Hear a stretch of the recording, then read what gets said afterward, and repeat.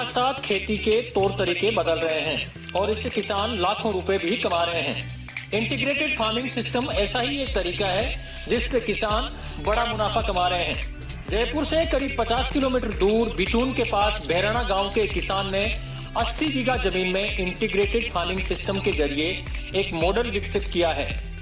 Integrated farming को लेकर पूरे देश भर में बहस भी चल रही है और सरकारें इस बात पर जोर दे रही है कि किसानों की आय बढ़े, लेकिन कई किसान ऐसे भी हैं जो बिना सरकारी सहायता के खुद के दम पर इंटीग्रेटेड फार्मिंग करके और लाखों रुपया कमाने का एक एग्रो इकोनॉमी डेवलप कर रहे हैं। हम आज ऐसे ही एक फार्म पे आए हैं जहां पर इंटीग्रेटेड फार्मिंग के जरिए किसान ने लाखों रुपया महीना कमाने का मॉडल डेवलप किया है।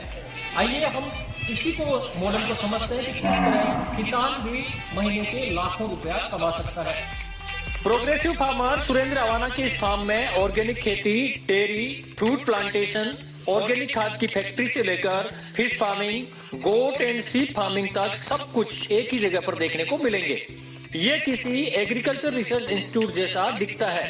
इस फार्म से हर महीने अभी करीब 2.5 लाख रुपए और सालाना 30 लाख रुपए की कमाई हो रही है। ये ऐसी डेयरी है जहां पर 200 गायें हैं और गिर नस्ल की ये गायें हैं जिनको उन्नत नस्ल माना जाता है। खास बात यह है कि यहाँ पर जो ब्रीडिंग की जाती है गायों की, केवल बछड़ियां पैदा होती है जिसको टेक्निकल लैंग्वेज में कहा जाता है सेक्स शॉर्टेज सीमन।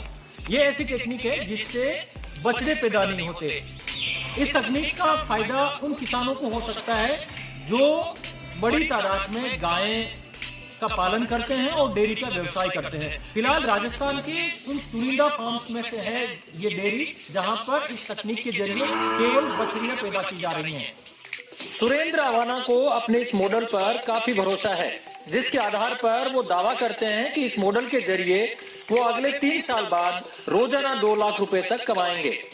मैं धीरे धीरे 200 बछड़ियाँ, 200 फीमेल मेरे पास बछड़ी और गाय बन गई है और आने वाले टाइम 3 साल बाद में मेरे पास 400 गाय हो जाएंगी। और मैं इस फार्मूले पे काम कर रहा हूँ कि मान लो साल में 365 दिन होते हैं और 35 गाय बीमार भी हो गई या लेट हो गई, कोई कारण हो तो भी मैं इस फार्मूले पे काम करता हूँ। रोज एक जाएगी, रोज एक बेचूंगा और मेरी इनकम पर डे की 2 लाख रुपए होगी।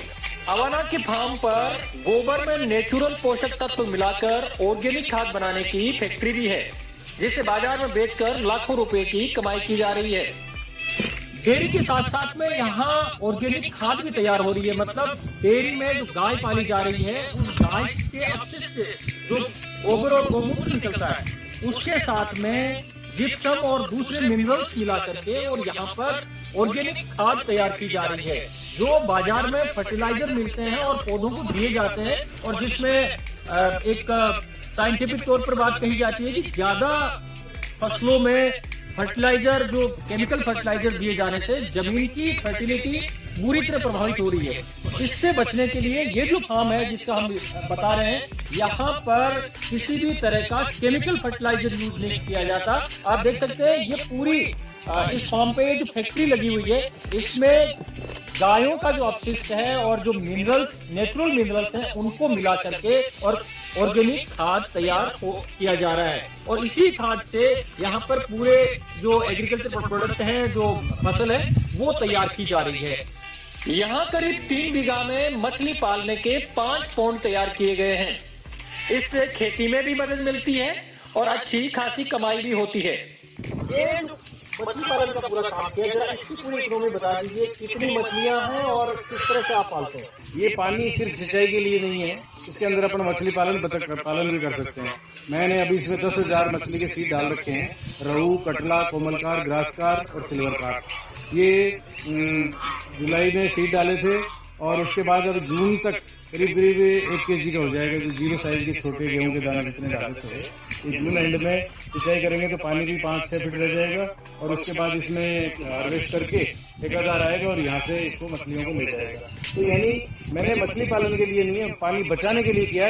1 बीघा में अगर मुझे 1.5 लाख 1.5 लाख की एक्स्ट्रा और इनकम हो गई तो इसमें क्या नुकसान है। सुरेंद्र अवाना ने अपने फार्म पर तैयार प्रोडक्ट को बेचने के लिए फैमिली फार्मर मॉडल तैयार किया है।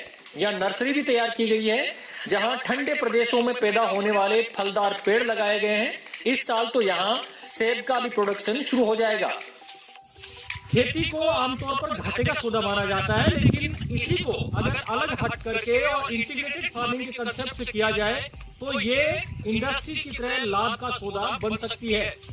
इसी फार्मूले को करके दिखाया है प्रोग्रेसिव फार्मर ने, जिन्होंने अलग अलग तरह से खेती में प्रयोग करके इसे लाभ का सौदा बनाया है। जहां इस पूरी बात को इन्होंने प्रयोग में सिद्ध करके दिखाया है कि खेती अगर तरीके से की जाए, अलग प्रयोग करके की जाए तो घाटे का नहीं लाभ का सौदा होती है। गोवर्धन चौधरी, दैनिक भास्कर, जयपुर।